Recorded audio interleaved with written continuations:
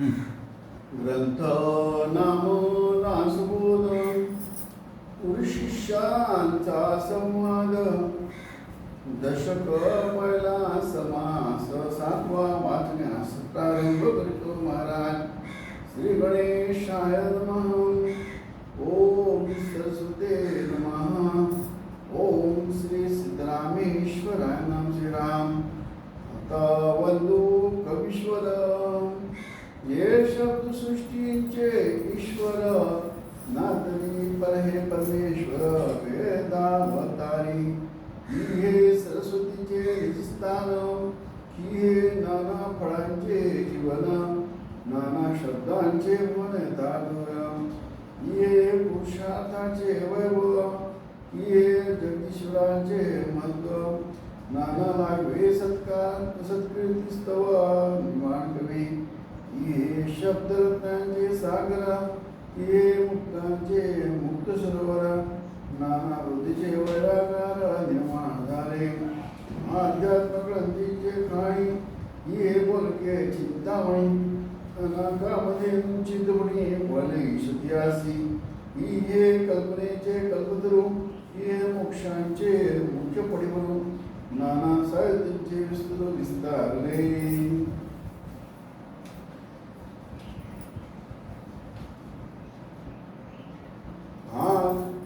ये कल्पनेचे कल्पतरू हे मोक्षांचे मुख्य पडवरू नाना साहित्याचे विस्तार विस्तारले.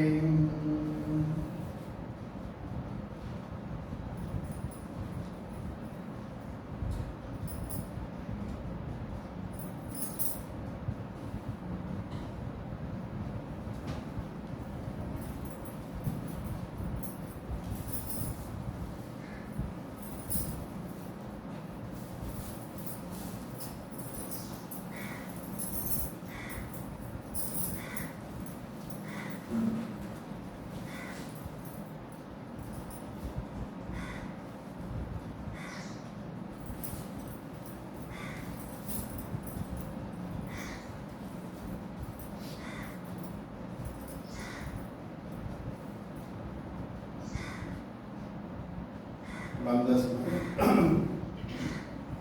यांना दासबोध दासबोध म्हणजे काय?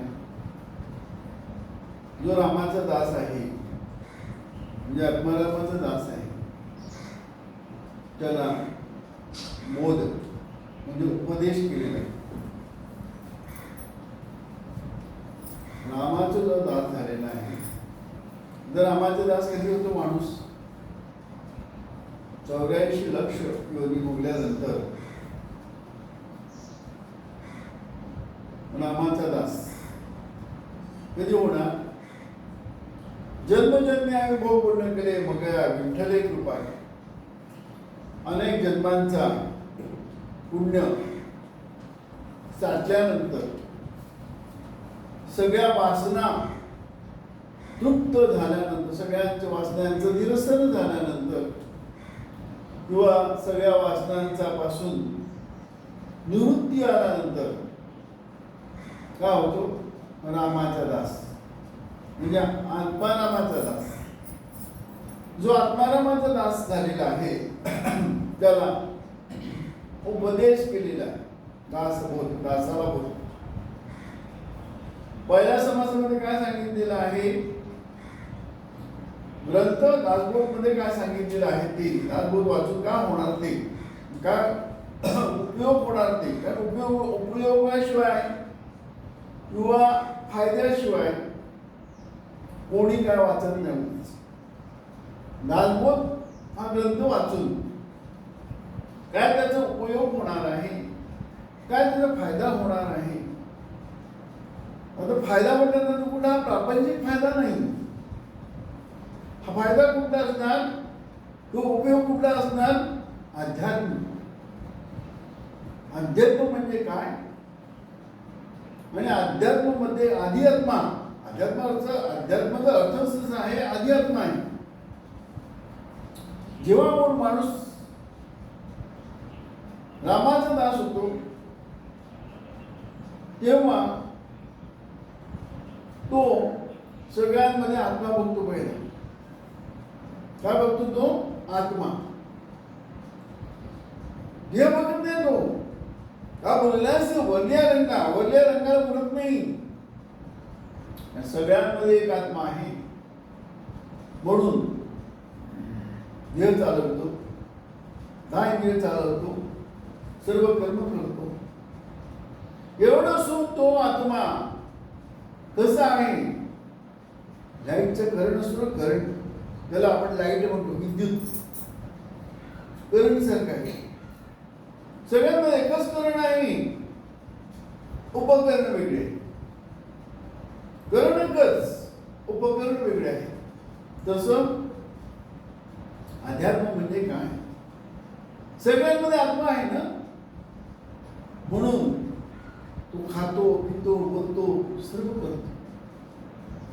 सकाळ उठतो, सगळं कधी कार्य करतो. देव असो का दानव असो का मानव असो, चारी खाणी चारी वरी जीवलक्ष 84 मध्ये अणुरेणू मध्ये सुद्धा तो एकच आत्मा आहे.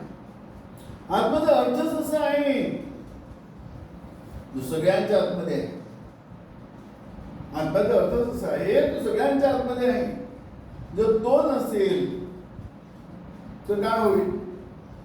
डेड, मेलेला, हलणार नाही, ओढणार नाही, चालणार नाही, काहीच नाही. सजीव असेल तो आत्मा नसेल तो वासी. सजीव असेल तो आत्मा नसेल तो वासी. जडामध्ये नाही काय फरक, पण तो आत्मा आहे सगळ्यांमध्ये. म्हणून सांगितलं सर्व चराचर वधूला त्या तुला प्रेमा. सर्व चराचर मध्ये एकच आत्मा आहे, वेगळं काहीच नाही. करण एकच. त्या करणला ओळखायला, त्या आत्म्याला ओळखायला काय? आत्मा दास बोल, रामाचा दास, रामदास. त्याला दास बोल म्हणजे आजच्या ग्रंथाचा अर्थच नाही. दास बोल, जो रामाचा दास आहे, त्याला उपदेश कर. तर पहिला ग्रंथ समासामध्ये काय सांगितलं? दासबोल वाचल्याने नाही, त्याचा उपयोग काय? आता विचारणार जेवल्याने काय फायदा होतो? तू सांगितलं भूक लागल्यावर काय जेवल्याने काय फायदा होतो? पाणी पिल्याने काय होतो? तू म्हणतो तुला तहान लागल्यावर कळेल पाणी पिल्याने काय होतो. तसं ज्याला कसली भूक पाहिजे, मी कोण, देव कोण, ते काय आहे जग, जन्म काय, मृत्यू काय, ही जाणण्याची ज्याला भूक आहे, तहान आहे, त्याला कळतं असं बोलतो. त्याच्याशिवाय मी कळत नाही. काय म्हणतात? आहारात असेल तर पोरात येणार, आहारात नाही पोरात कुठून येणार? सगळे पंढरपूरला जातात. सगळे विद्यार्थी शाळेत जातात की नाही? सगळ्यांचे काय म्हणतात ना, अधिकार वेगळे. तसं सगळ्यांचे अधिकार नाही, पण आपल्या अधिकारासारखे की नाही. प्रत्येक माणूस आपल्या अधिकारासारखा. पहिला दशक पहिला समाज पहिला दासबोध म्हणजे काय, दासबोध वाचल्याने काय होतो. दुसऱ्यामध्ये काय सांगितलं? गणेशाचं बंधन. आता गणपती कोण? ज्यांनी गणाची सुरुवात केलेली आहे. कशी सुरुवात केलेली आहे? गणाची म्हणजे गणना. रात्री झोपल्यानंतर काय नसतं ना, तिकडे कोणीच नाही आहे. गणना कोणाची करायची आहे? कोण असेल तर गणना करायची की नाही? गणना करणारा पण तिकडे नाही आहे, काहीच नाही आहे. नित्य प्रलय, दुसरा मृत्यू प्रलय. जसं नित्य प्रलय म्हणजे काहीच नाहीये. तुझ्या सकट देव दानव मानव सगळ्यांचं विसर्जन होतं रात्री झोपे. मृत्यू म्हणजे मेल्यानंतर स्थूल देह टाकतो माणूस.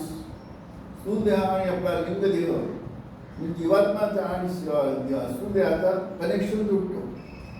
जसं विद्युतचं उपकरण आहे की नाही, करंट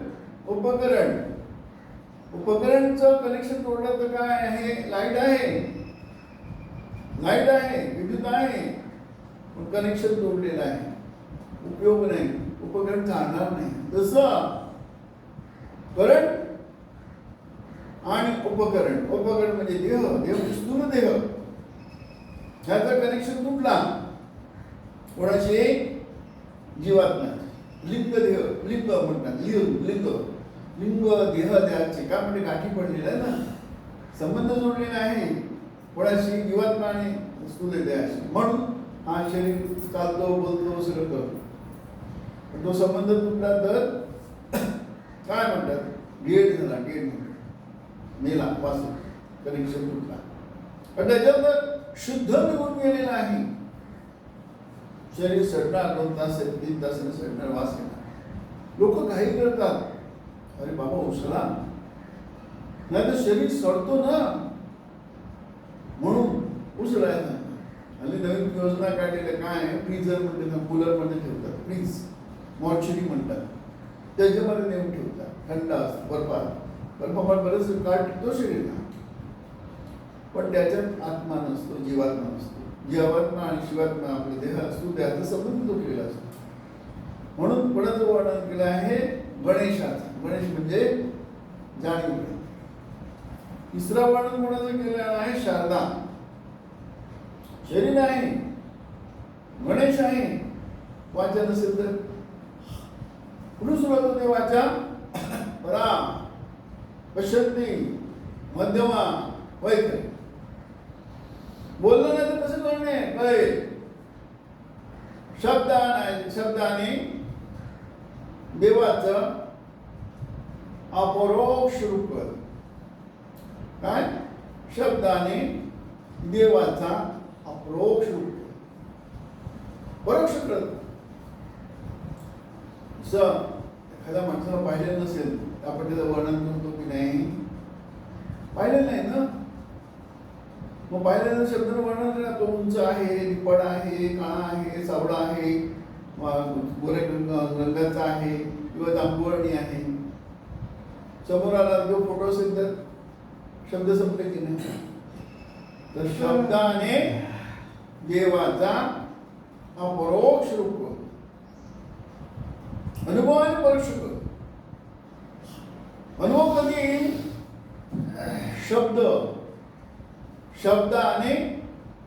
शब्दाने मन शुद्ध होतो. मन शुद्ध झाल्यावर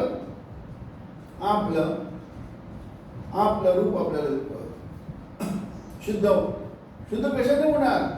कारण विषय कळायला पाहिजे, शब्द पाहिजे की नको. मुका असा माणूस एक मुका माणूस दुसऱ्याला काय सांगू शकत नाही ना, शब्द पाहिजे. म्हणून सांगितलं शारदा म्हणजे शब्द. पहिलं स्टुडंट कुठे होता? नाभिस्थानी. दुसरा हृदयस्थानी. नाभिस्थानी कुठला? परा, म्हणजे जे काय आहे त्याच्यापासून वेगळं झालं, परा. आणि हृदयात काय झाला? परा पश्यन्ती. आणि कंठात काय झालं? परा पश्यन्ती, मध्यमा. आणि शब्द बाहेर पडतो, वैख. पहिला बोलताना आपल्या मनात येतो की नाही काय बोलायला पाहिजे, स्फुरण झाला. नंतर तो हृदयात येतो, परा पश्यन्ती, मध्यमा, कंठात येतो. कंठातून बाहेर पडल्यानंतर वैख. म्हणजे म्हणून शारदाशी कसं शक्य आहे? एखादा माणूस अनुभव काय रे काय झालं? ताक घेतली, आंबट आहे, गोड आहे, कसं सांगणार शब्द नसेल तर? म्हणून शारदाला नमन केलंय. पहिलं कोणाला वंदन केलंय? गणेश. गणेश म्हणजे जाणीव करा, चैतन्य. दुसरं वर्णन कोणाला? शारदाचं. तिसरा वर्णन कोणाचं केलंय? सद्गुरू. म्हणजे तो ज्याचा विषय आहे तो कसा आहे, ज्याचा विषय आपण ज्या विषय काय आहे इकडे? सद्गुरू म्हणजे स्वरूप म्हणजे त्याचं वर्णन आहे. कारण त्याचं वर्णन केल्याशिवाय विषय तर कळायला पाहिजे, म्हणून त्याचं वर्णन आहे. आता चौथा जो आहे तुमचा, पाचवा, तिसरा शारदा, चौथा आहे सद्गुरू स्तवन, पाचवा आहे संत स्तवन. संत म्हणजे काय? आता सद्गुरू आणि संतांमध्ये फरक आहे. सद्गुरू म्हणजे स्वरूप, ध्यानशिवाय जो आहे तो, त्या ध्यानशिवाय जो आहे तो सद्गुरू. म्हणून सांगितलं आता सद्गुरु वर्णमेना कल्पना कल्पू शकेना. त्याने काय आहे आता सद्गुरु वर्णन आहे. सद्गुरु वर्णन करता नाही कारण काही शब्द नाही आहे, देह नाही आहे, काय नाही आहे. आता सद्गुरु वर्णमेना कल्पना कल्पू शकेना. मनच त्याची कल्पना कसं काय मनाच्या पलीकडे ध्यानच्या पलीकडे दुसरं त्याचं वर्णन आहे. आणि 6व्या समासामध्ये काय सांगितलं संत. संत म्हणजे काय ज्यांनी स्वरूपाला जाणलं. स्वरूपाला जाणारा काय पाहिजे करायला पाहिजे 6 विकारांचा अंत. 6 विकारांचा अंत झाल्याशिवाय सद्गुरु कळणार नाही. ज्याला सद्गुरु कळलेला आहे तो सद्गुरूचं वर्णन सांगू शकतो. दुसरा टीचर कसला आहे, फिजिक्सचा आहे, केमिस्ट्रीचा आहे, बायोलॉजीचा आहे, त्या विषयात काय झालं परिपूर्ण पाहिजे. त्याच्याशी तो विषय शिकू शकत नाही. तसे एकदा हा विषय कुठला आहे, विषय कसला अध्यात्म. कसला विषय अध्यात्म. अध्यात्म म्हणजे आधी आत्मा आहे सगळ्यांमध्ये. हे ज्यांनी जाणलं तोच सांगू शकतो अध्यात्म म्हणजे काय. म्हणून 5वा कसा आहे संत स्तवन. 6वा विषय काय श्रोते स्तवन. आता श्रोते स्तवन म्हणजे काय सांगणारा पाहिजे की नाही. सांगणारा कोण आहे इकडे संत. ज्याने स्वतःला ओळखलं तो संत. ज्याने 6 विकारांचा अंत केला तो संत. आता ऐकणारे विद्यार्थी आहे म्हणून शिक्षक आहे की नाही. नाही तो विद्यार्थी शिक्षक कोणाला सांगणार. वाढणारा आहे ना तो कोणाला वाढणार. जेवणार असेल तर वाढणार की नाही. जसं 6व्या समाजात काय सांगितलं श्रोते स्तवन. शोधाना वंदन केले का स्वतःमध्ये आत्माच आहे की नाही. सगळ्यांमध्ये आत्मा स्वतःमध्ये आत्मा नाही मग त्याला वंदन. त्याच्या देहाला नाही. कोणाला वंदन केलेलं आहे त्यांच्या आत्म्याने. त्यांच्यामध्ये असलेल्या आत्म्याला वंदन केलेलं आहे. 7वा समास 7वा कवीश्वर. आता कवीश्वर म्हणजे काय हे कवीश्वर म्हणजे कोण ज्याने काव्यरूपाने सांगितलेलं आहे अध्यात्म म्हणजे काय. ज्याने काव्यरूपाने सांगितलेलं आहे. काव्याच्या माध्यमातून ज्याने व्यक्त केलेलं आहे. काही शब्दांमार्फत केलेलं आहे. काही काव्यांमार्फत केलेलं आहे. काही शब्द म्हणजे निरूपण. म्हणजे निरूपणातून सांगतात अध्यात्म म्हणजे काय, स्वरूप म्हणजे काय ओळखलेलं आहे. माध्यम काय वापरलं निरूपण शब्द जाणलेला आहे तो पूर्णच आहे. म्हणून सांगितलं ओम पूर्णमिदं पूर्णात् पूर्णमुदच्यते पूर्णस्य पूर्णमादाय पूर्णमेवावशिष्यते. संत हे पूर्णच असतात. काही कशातून सांगतात माध्यम निरूपण. काही कवी काव्य.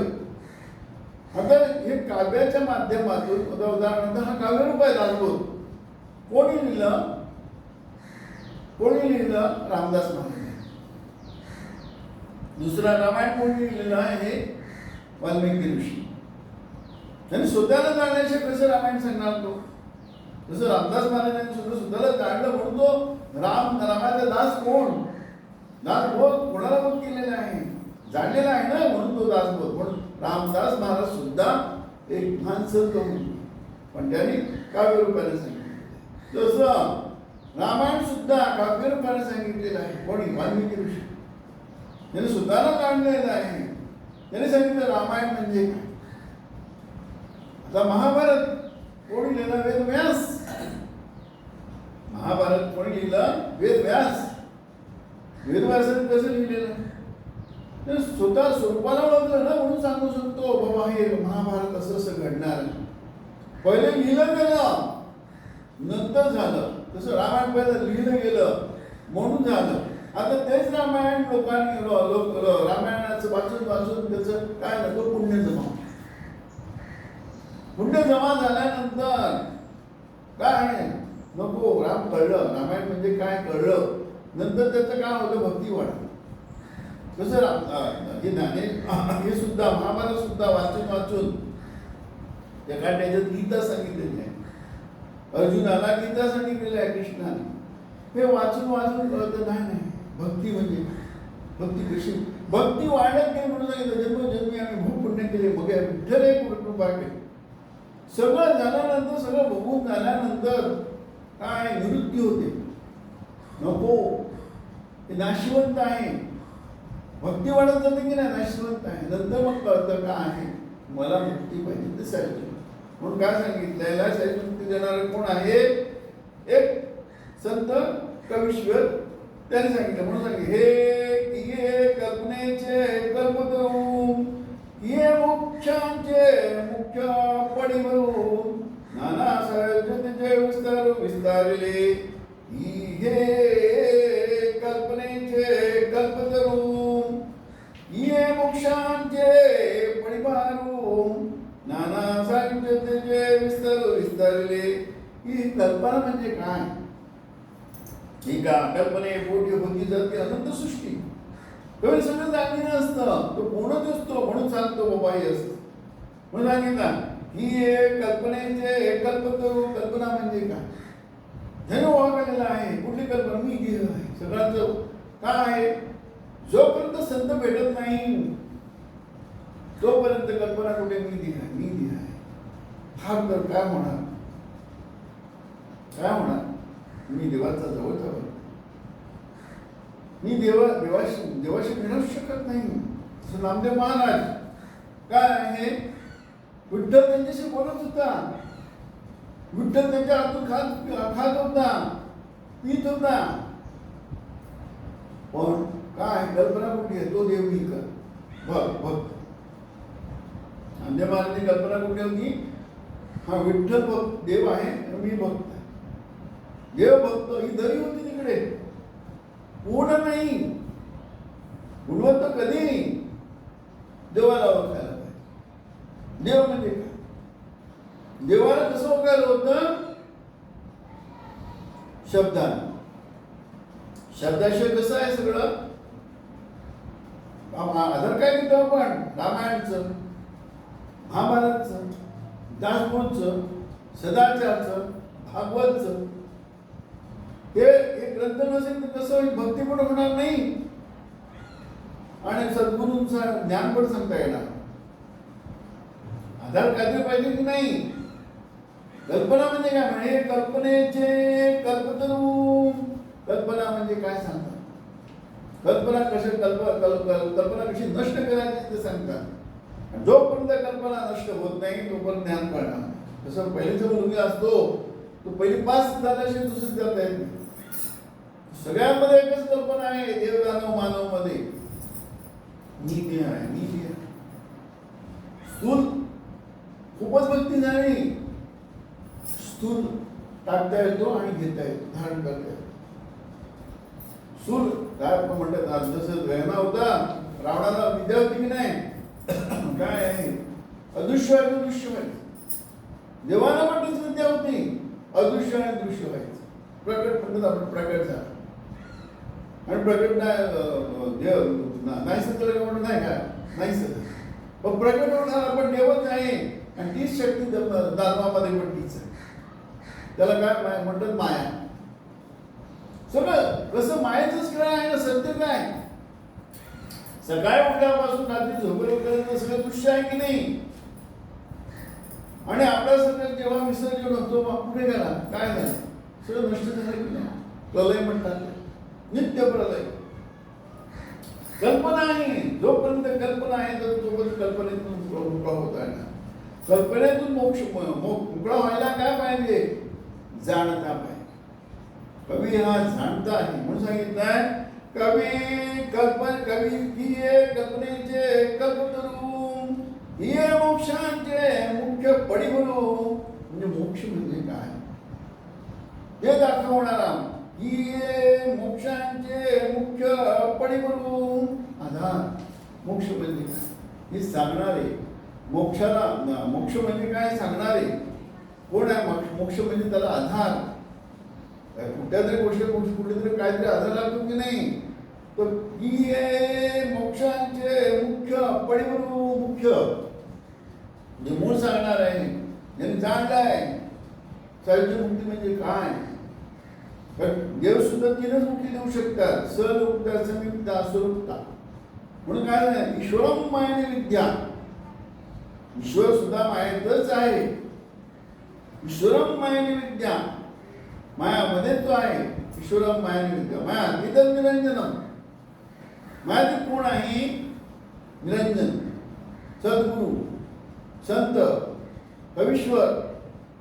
जाणलं ना त्यांनी ते. कोणी शब्दात वर्णन केलं, कोणी काव्यरूपाने वर्णन केला, कोणी चित्ररूपाने वर्णन केला. कसं जाणलं म्हणून करू शकतो की नाही? ज्याने जाणलं, एक जाना तो सब कुछ जाना, एक नहीं जाना तो कुछ नहीं जाना. एकाला ओळखायचं आहे, कारण जगात एकच आहे, एकच सत्य आहे, बाकी सगळं खोटं आहे. म्हणून काय साईबाबा काय म्हणायचं? साईबाबा काय म्हणत होते? सबका मालिक एक. त्यांनी स्वतःला कधी देव म्हटलंच नाही. सबका मालिक एक आहे, कारण त्याला ओळखलं होतं एकच आत्मा आहे. सगळ्यांमध्ये एकच आत्मा आहे, वेगळं काहीच नाही. वेगळं कुठे आलं? द्वैत कुठे आलं? मनामुळे. मग त्रिगुणात विभागलं गेलं. जसं एक बाप असतो, एक आई असतो, अद्वैत असतो. मुलं झाली तर ठीक आहे, तरी अद्वैत आहे. लग्न झालं तर झालं की नाही विभाजन?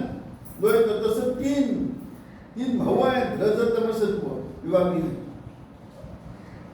रजोगुण पुनरुक्ती, तमोगुण अधोगती आणि सत्वगुण ऊर्ध्वगती. तीन भावंडांची एका स्वरूपाची तीन वाटण्या झाल्या. अधोगती, रजो पुनरुक्ती आणि ऊर्ध्वगती. तीन वाटण्या झाल्या. स्वरूपी जगामध्ये वाटल्या गेले. म्हणजे काय आहे? द्वैत आहे. मग हे द्वैतात आहे. देवदानव मानव सगळे द्वैतातच आहे. रज तम सत्व गुण आहे तिकडे. गुणातीत निर्गुणा निरंजना तू सद्गुरु. हे सांगणार हे सद्गुरु, ते कविश्वर. म्हणून काय सांगितलं की हे मोक्षांचे पणिवरू नाही नानासाहेबच्या मुक्तीचे विस्तारिले. नाना साहेबची मुक्ती, नानासाहेबची मुक्ती नव्हे. मुक्ती एकच आहे की नाही? नाना कसं वेगळेच ना, वेगवेगळ्या प्रकार सांगितलेला आहे. म्हणून नाना साहेबचे विस्तारिले, विस्तारपूर्वक सगळ्या संतांनी शब्द वेगळे वापरले, मार्ग वेगळे वापरले, पण मुक्ती एकच आहे. साहित्य मुक्ती म्हणजे सलोकता. काय सलोकता? म्हणजे ज्या देवाची आपण पूजा करतो त्या देवलोकात जाऊन राहणं. पण त्याला आधार काय? पुण्य. म्हणजे मी पुण्य केला म्हणजे मी आहे की नाही तिकडे? मी आहे, मी पुण्य केला. जोपर्यंत मी आहे तोपर्यंत काय? मोक्ष नाही. साहित्य मुक्ती, सलोकता, समीपता, देवाजवळ राहणं. पण मी आहे, मी पुण्य केलं. समीपता, स्वरूपता, स्वरूप म्हणजे देवासोबत राहणं, म्हणजे विष्णूचा बघा विष्णूच राहणं, विठ्ठलाचा विठ्ठलच राहणं, शंकरच होणार आणि ब्रह्माचा ब्रह्मच स्वरूप. पण मी आहे. जोपर्यंत मी आहे म्हणजे सूक्ष्म देह आहे तोपर्यंत त्या मुक्तीला काहीच अर्थ नाही. जसं पगार कमावतो की नाही, भरपूर कमावतो, नंतर प्रजेवर जातो, कामाला जातच नाही. पण पगार संपल्यानंतर कामाला जावं लागतो की नाही? तसंही पुण्यात काय सलोकता, समीपता, स्वरूपता या तिन्ही नाशवंत जाणं. कारण काय? पगार संपला, पैसा संपला, काम करावा लागतो. तसं इकडे पैसा संपला म्हणजे तुमची पुण्याही संपली. परत देव ढकलवून देते म्हटले, परत जन्म घ्यावा लागतो. साहित्य मुक्ती तशी नाहीये. जन्माचे तेमुळे सगळे कळून या दुरावली ती पा. जन्म होण्यासाठी हॅड करतो. कशामुळे माणूस जन्म घेतो? एक अहंकार. अहंकारामुळे वासना जडते आणि वासनेमुळे पलपल जन्म. जन्मात आपण काय म्हणतात, माणूस आता काय आज दुपारी सकाळात जेवला, सकाळी जेवणार की नाही? नाश्ता मागणार की नाही? दुपारी जेवणार की नाही? नाश्ता मागणार की नाही? रात्री जेवणार की? कारण शरीराला मागणार आहे ना. हा इंद्रिय म्हणजे काय? देह. तो मागणार. जीवबुद्ध सनातन. शरीरात प्रवेश करतो म्हणून मागत जातो आपण. म्हणून सांगितलं कल्पवृक्षा तळे वैसोनी दिशेने भीक दिन वाणी मागसिका. ह्यामुळे आपण भिकारी झालेलो आहे. तू हेच कल्पना काढ, तू देह कसा नाही. दुःखी कशामुळे झालो आपण? देहामुळे. सुख वाटतं तर सुख नाहीच आहे संतांच्या दृष्टीने, सगळं दुःखच आहे. एक संत भेटला सांगतो खरं सुख आहे. हे सुख काय सांगू वाचे बोलताने अर्धेचे नियोगे गेले मी पण माझे. आरती म्हणजे काय आहे? सुदान ओळखणं ही आरती आहे. अर्धेचे नियोगे गेले मी पण माझे. मी पण कसं जातो सुद्धा ओळखलं तर. एका गुहेत शिरल्यानंतर म्हणतात मी गुहा आहे. गुहेतून बाहेर आल्यानंतर अरे मी विश्व आहे. गुहेतून गुहेत शिरला आपण म्हणून सुद्धा मी म्हणतो की देह मी देह. गुहेतून सद्गुरू आपल्याला बाहेर काढून दाखवतो तू देहात नाहीये, देहामध्ये गेला म्हणून. तुझं कार असे कारमध्ये गेल्यानंतर आपलं मी गाडी आहे. ट्रकमध्ये शिरला तर मी ट्रक आहे. बसमध्ये गेलो मी बस आहे. पण ड्रायव्हर तू आहेस. कुठेही जाऊ शकतो, काय करू शकतो. ड्रायव्हर म्हणजे सूक्ष्म देह. सूक्ष्म देहाच्या पलीकडे सद्गुरू तुम्हाला नेतो. स्थूल नाही आहे, कसा नाहीये. सूक्ष्म नाही आहे, तू कसा नाही सूक्ष्म नाही. कारण सूक्ष्म देह म्हणजे जीव. तीन दर्शन करतो की नाही. जागृती स्वप्न सुषुप्ती, जागृती स्वप्न सुषुप्ती. जागृती म्हणजे सकाळी आपण असण्याची जाण येते. सुरुवात झाली, मन आला, बुद्धी आला, चित्त आला, काय जागृती. जागृती स्वप्न सुषुप्ती. जागृती सुषुप्तीनं स्वप्न, सुषुप्ती जर झोपतो नित्य प्रलय. पण तिकडे पण कल्पना करतो. झोपेत पण स्वप्न पण स्वप्न म्हणजे स्वतःची कल्पना जग बनवून टाकतो. हा जग खरा की स्वप्नाचा जग खरा. जीव तीन दशक करतो. स्वप्नात असं कळत नाही हा स्वप्न आहे म्हणून. जागाल्यावर कळतं हे स्वप्न होत. आयुष्य दीर्घते स्वप्न अवघे ओसरते जन. आयुष्य जन्मापासून बरेपर्यंत हे दीर्घ स्वप्नच आहे, सत्य नाही. आणि सत्याला ओळखल्यानंतर कळतं सत्य काय. सुदान ओळखा. ओळखायला सद्गुरूला ओळखल्यानंतर सायुज्य मुक्ती. जोपर्यंत कल्पना मी देह आहे, मी देह आहे, मी स्थूल नाही, तर सूक्ष्म आहे. सूक्ष्म नाही तर कारण आहे, कारण आहे तर महाकारण आहे. हे जोपर्यंत संपत नाही तोपर्यंत जन्म घेणार. जन्म घेणार. पुढे जन्माला घालत नाही. ब्रह्मा विष्णू महेश तिच्या पोटीचे बाण म्हटलेलं आहे. कसं आहे सगळ्या पोट उठतो की नाही. सगळ्या पोट उठतो की नाही. आपण असल्याची जाण आली. मन आला, ब्रह्मा झाला की नाही. सृष्टी आपण निर्माण केली की नाही. दिवसभर त्याचं पालन केलं. विष्णू पण तूच झाला ना. जाणीवेला जाणता विष्णू पण तूच झाला. रात्री काय केलं संपून टाकलं. महेश झाला की नाही. म्हणून ब्रह्मा विष्णू महेश तुझ्या पोटीचे बाळ. स्वर्ग काय म्हणतो वैकुंठ लोक, शिवलोक आणि ब्रह्मलोक नाहीच आहे संतांच्या दृष्टीने. कारण जागे तू गाव राहो साधू जन सदा फुलालित. गेला गेला नरदेह मग कैचा भगवंत मग कैचा. नरदेह असताना सद्गुरूला शरण गेल्यावर गुरु वचनी घेता भाव आपल्या मोमेंट देव म्हणून पुरुष बजाय रूप ध्यानासे आहे. गुरु म्हणजे उत्तरूप दाखवणारा. तुझा रूपाशी पण तू जागा तुझाशी. तो आपल्याच रूप दाखवतो. वेगळं काहीच नाही आहे. एखाद्याने जाणलेलं आहे आणि स्वतःला ओळखलेला आहे. तो आपल्याला ओळख देतो आपल्याला तू कोण आहे. जसं तो सिंह असतो ना सिंह. तो सिंहाच्या पिल्लाला सांगतो तो काय मेंढामध्ये मांडलेला आहे ना. तो म्हणतो मी मेंढा आहे. तो म्हणतो नाही तू सिंह आहे. सिद्ध करून दाखवतो सिंह कसा आहे. शेवटीला उपदेश करून त्याला कळलं नाही. शेवटी एका विहिरीच्या कड्याला जाऊन दाखवलं माझं तोंड बघ, माझं प्रतिबिंब बघ. जसं मी दिसतो तसंच आहे ना प्रतिबिंब. म्हणतो आता तू बघ म्हणे तुझं प्रतिबिंब. त्याला उभा केला. त्याचा प्रतिबिंब बघितला. माझा पण प्रतिबिंब तुझ्यासारखंच आहे. तुझ्यात आणि माझ्यात फरक काहीच नाही. हे जेव्हा त्याला कळतो तेव्हा म्हणतो मी सिंह आहे, मी सिंह आहे. तसं सद्गुरू आपल्याला सांगतो. मी स्वरूपाला ओळखले नाही. दाखवतो माझं स्वरूप कसं आहे. हा माझा स्वरूप आहे. आता तुझं प्रतिबिंब बघ. तू पण तसाच आहे. काय फरक आपल्याला. देह म्हणजे हा देह म्हणजे देह हा आरसा आहे आपल्याला आपला प्रतिबिंब बघण्यासाठी. आपण कोण त्याची ओळख घ्या आणि कळत म्हणून सांगितलं आहे. उठाव साधू जन गेला उठाव साधू जन साधा आपुला हित. हित म्हणजे कशात स्वतःला ओळखण्यात हित आहे. उठाव साधू जन साधू म्हणजे ज्याला इच्छा आहे सत्य जाणण्याची तो साधू. त्याला काय म्हणतात बद्ध ममक्षू. आणि काय बद्ध ममक्षू साधक तो साधू ज्याला इच्छा आहे जाणण्याची, ज्याला ऊण आहे, ज्याला तहान आहे, ज्याला भूक आहे जाणण्याची सत्य जाणण्याची तो साधू. उडाव साधू ज्याला साधा आपुला लिहित नर देहात असताना हे शक्य आहे. नर देह गेल्यानंतर हे शक्य नाही. कारण डिस्क्रिमिनेशन पॉवर म्हणतात ती नरदेहातच आहे. चांगलं काय आणि वाईट. बाकीच्या देहात हा डिस्क्रिमिनेशन पॉवरच नाही आहे.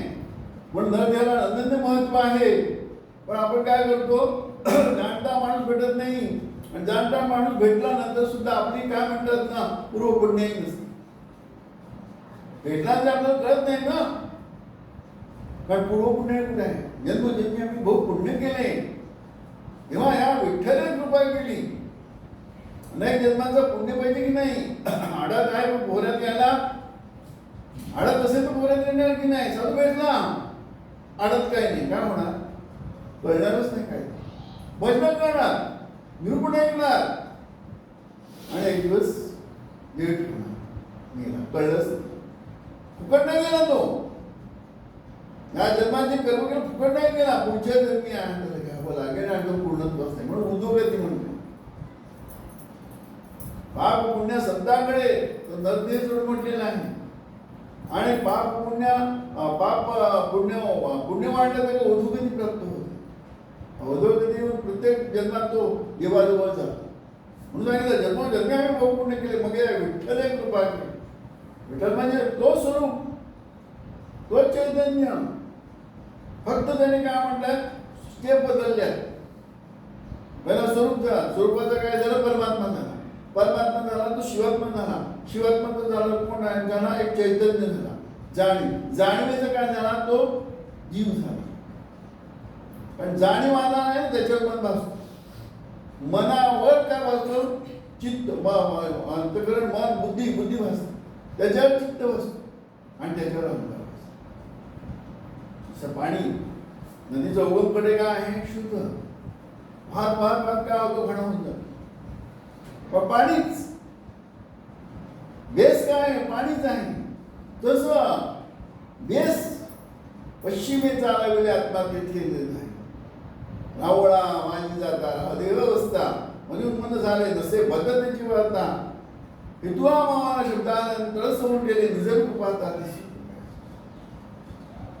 म्हणून काय सांगितलेलं आहे इकडे की कल्पनेचे कल्पतरू ही म्हणजे कल्पना म्हणजे काय.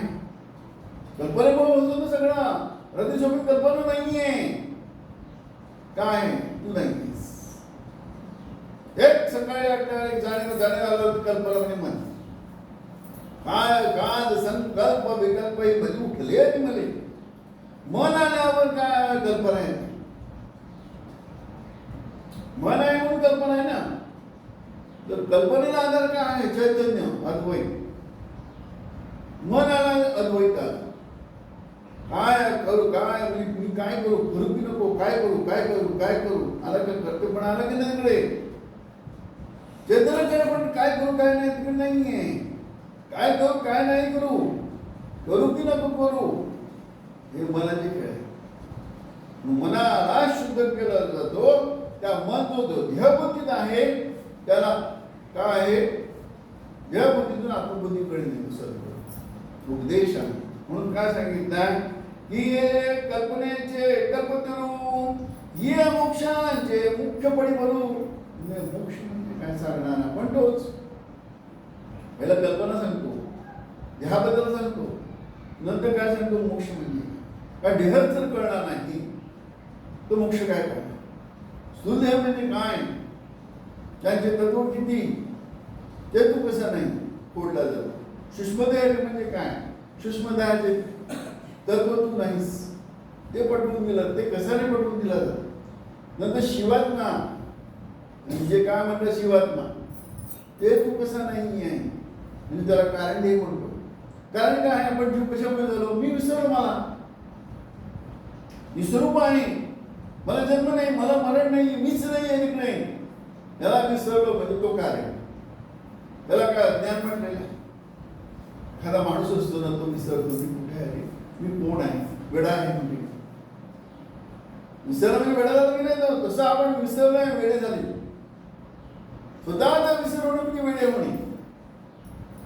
ते सद्गुरू सांगतो तू कोण आहे? देह नाही, जीव नाही, मन नाही, बुद्धी नाही, तत्व तत्व.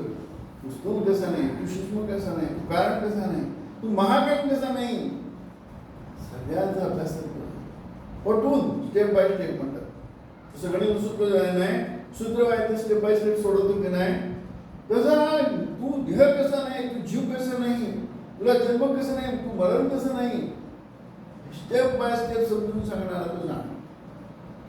कवी पण असू शकतो, निरूपण देणारा संत पण असू शकतो, कुठल्याही रूपात असू शकतो. माध्यम काय? शब्द. मग काय सांगितलं आहे की हे कल्पनेचे कल्पतरू, हे मोक्षांचे मुख्यपणे बरो, नाना साहित्याचे विस्तार विस्तरले राजाधिराज सद्गुणा सिद्धरामेश महाराज यांची. राजाधिराज सद्गुणा श्री भाऊसाहेब महाराज, राजाधिराज सद्गुणा श्री गोलकलिंग महाराज, राजाधिराज सद्गुणा श्री